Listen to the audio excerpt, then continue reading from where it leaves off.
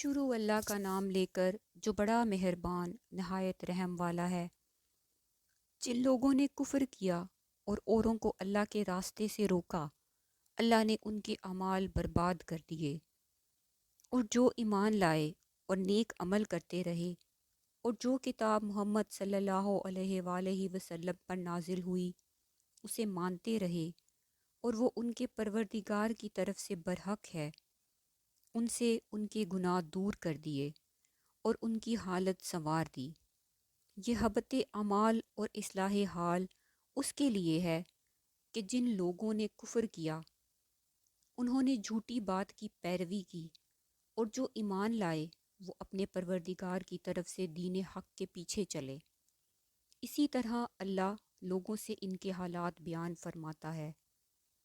جب تم کافروں سے بھڑ جاؤ تو ان کی گردنیں اڑا دو، یہاں تک کہ جب ان کو خوب قتل کر چکو تو جو زندہ پکڑے جائیں ان کو مضبوطی سے قید کر لو، پھر اس کے بعد یا تو احسان رکھ کے چھوڑ دینا چاہیے یا کچھ مال لے کر، یہاں تک کہ فریق مقابل لڑائی کے ہتھیار ہاتھ سے رکھ دے۔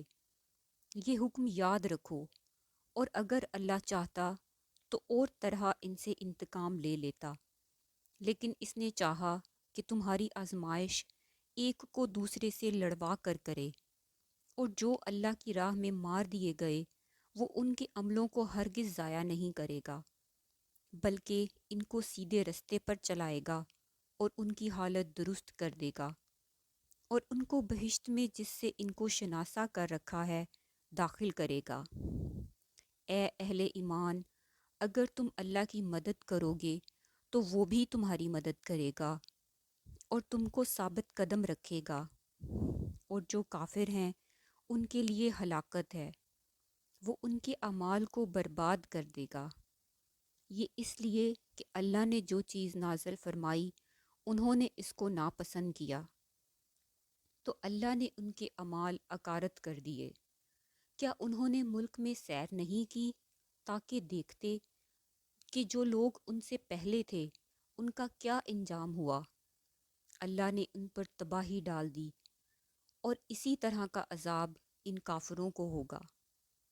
یہ اس لیے کہ جو مومن ہیں ان کا اللہ کارساز ہے اور کافروں کا کوئی کارساز نہیں۔ جو لوگ ایمان لائے اور عمل نیک کرتے رہے ان کو اللہ بہشتوں میں جن کے نیچے نہریں بہہ رہی ہیں داخل فرمائے گا، اور جو کافر ہیں وہ فائدے اٹھاتے ہیں اور اس طرح کھاتے ہیں جیسے حیوان کھاتے ہیں، اور ان کا ٹھکانہ دوزخ ہے۔ اور بہت سی بستیاں تمہاری بستی سے جس کے باشندوں نے تمہیں وہاں سے نکال دیا زور و قوت میں کہیں بڑھ کر تھیں، ہم نے ان کا ستیہ ناش کر دیا اور ان کا کوئی مددگار نہ ہوا۔ بھلا جو شخص اپنے پروردگار کی مہربانی سے کھلے رستے پر چل رہا ہو وہ ان کی طرح ہو سکتا ہے جن کے اعمال بد انہیں اچھے کر کے دکھائے جائیں، اور جو اپنی خواہشوں کی پیروی کریں؟ جنت جس کا پرہیزگاروں سے وعدہ کیا جاتا ہے اس کی صفت یہ ہے کہ اس میں پانی کی نہریں ہیں جو بو نہیں کرے گا، اور دودھ کی نہریں ہیں جس کا مزہ نہیں بدلے گا، اور شراب کی نہریں ہیں جو پینے والوں کے لیے سراسر لذت ہے، اور شہد مصفا کی نہریں ہیں جو حلاوت ہی حلاوت ہے، اور وہاں ان کے لیے ہر قسم کے میوے ہیں، اور ان کے پروردگار کی طرف سے مغفرت ہے۔ کیا یہ پرہیزگار ان کی طرح ہو سکتے ہیں جو ہمیشہ دوزخ میں رہیں گے اور جن کو کھولتا ہوا پانی پلایا جائے گا اور ان کی انتڑیوں کو کاٹ ڈالے گا؟ اور ان میں سے بعض ایسے بھی ہیں جو تمہاری طرف کان لگائے رہتے ہیں یہاں تک کہ سب کچھ سنتے ہیں، لیکن تمہارے پاس سے نکل کر چلے جاتے ہیں۔ تو جن لوگوں کو علم دین دیا گیا ہے ان سے کہتے ہیں کہ بھلا انہوں نے ابھی کیا کہا تھا؟ یہی لوگ ہیں جن کے دلوں پر اللہ نے مہر لگا رکھی ہے اور وہ اپنی خواہشوں کے پیچھے چل رہے ہیں۔ اور جو لوگ ہدایت یافتہ ہیں ان کو وہ مزید ہدایت بخشتا ہے اور پرہیزگاری عنایت کرتا ہے۔ اب تو یہ لوگ قیامت ہی کو دیکھتے ہیں کہ ناگہاں ان پر آ واقعہ ہو، سو اس کی نشانیاں وقوع میں آ چکی ہیں۔ پھر جب وہ ان پر آ نازل ہوگی، اس وقت انہیں نصیحت کہاں مفید ہو سکے گی۔ بس جان رکھو کہ اللہ کے سوا کوئی معبود نہیں، اور اپنے گناہوں کی معافی مانگو، اور مومن مردوں اور مومن عورتوں کے لیے بھی۔ اور اللہ تم لوگوں کے چلنے پھرنے اور ٹھہرنے سے واقف ہے۔ اور مومن لوگ کہتے ہیں کہ جہاد کی کوئی صورت نازل نہیں ہوتی، لیکن جب کوئی صاف معنوں کی صورت نازل ہو اور اس میں جہاد کا بیان ہو، تو جن لوگوں کے دلوں میں نفاق کا مرض ہے، تو تم ان کو دیکھو کہ تمہاری طرف اس طرح دیکھنے لگیں گے جس طرح کسی موت پر بے ہوشی طاری ہو رہی ہو، سو ان کے لیے خرابی ہے۔ خوب کام تو فرما برداری اور پسندیدہ بات کہنا ہے۔ پھر جب جہاد کی بات پختہ ہو گئی، تو اگر یہ لوگ اللہ سے سچے رہنا چاہتے تو ان کے لیے بہت اچھا ہوتا۔ اے منافقو، تم سے عجب نہیں کہ اگر تم حاکم ہو جاؤ تو ملک میں خرابی کرنے لگو اور اپنے رشتوں کو توڑ ڈالو۔ یہی لوگ ہیں جن پر اللہ نے لعنت کی، اور ان کے کانوں کو بہرا اور ان کی آنکھوں کو اندھا کر دیا۔ بھلا یہ لوگ قرآن میں غور نہیں کرتے، یا ان کے دلوں پر قفل لگ گئے ہیں؟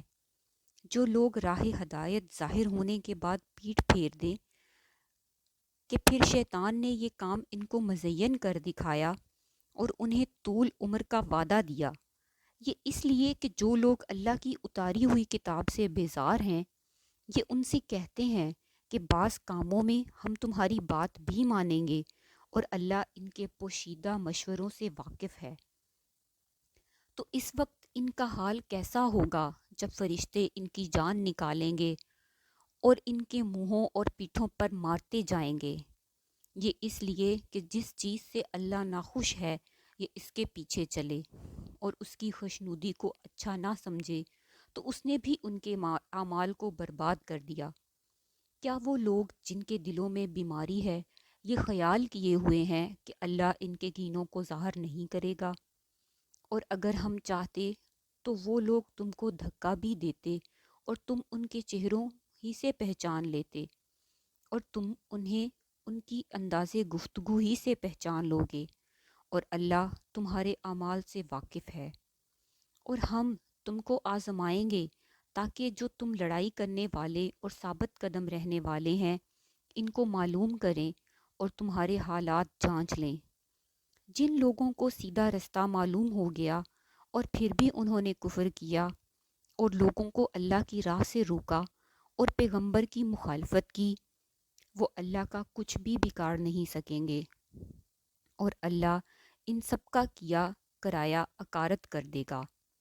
مومنو، اللہ کا ارشاد مانو اور پیغمبر کی فرما برداری کرو، اور اپنے عملوں کو ضائع نہ ہونے دو۔ جو لوگ کافر ہوئے اور اللہ کے راستے سے روکتے رہے، پھر کافر ہی مر گئے، اللہ ان کو ہرگز نہیں بخشے گا۔ تو تم ہمت نہ ہارو اور دشمنوں کو صلح کی طرف نہ بلاؤ، اور تم تو غالب ہو اور اللہ تمہارے ساتھ ہے، وہ ہرگز تمہارے اعمال کو کم اور گم نہیں کرے گا۔ دنیا کی زندگی تو مخص کھیل اور تماشا ہے، اور اگر تم ایمان لاؤ گے اور پرہیزگاری کرو گے تو وہ تم کو تمہارا اجر دے گا، اور تم سے تمہارا مال طلب نہیں کرے گا۔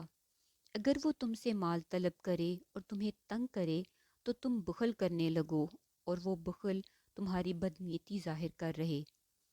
دیکھو، تم وہ لوگ ہو کہ اللہ کی راہ میں خرچ کرنے کے لیے بلائے جاتے ہو، تو تم میں سے ایسے شخص بھی ہیں جو بخل کرنے لگتے ہیں، اور جو بخل کرتا ہے اپنے آپ سے بخل کرتا ہے، اور اللہ بے نیاز ہے اور تم محتاج۔ اور اگر تم منہ پھیرو گے تو وہ تمہاری جگہ اور لوگوں کو لے آئے گا، اور وہ تمہاری طرح کے نہیں ہوں گے۔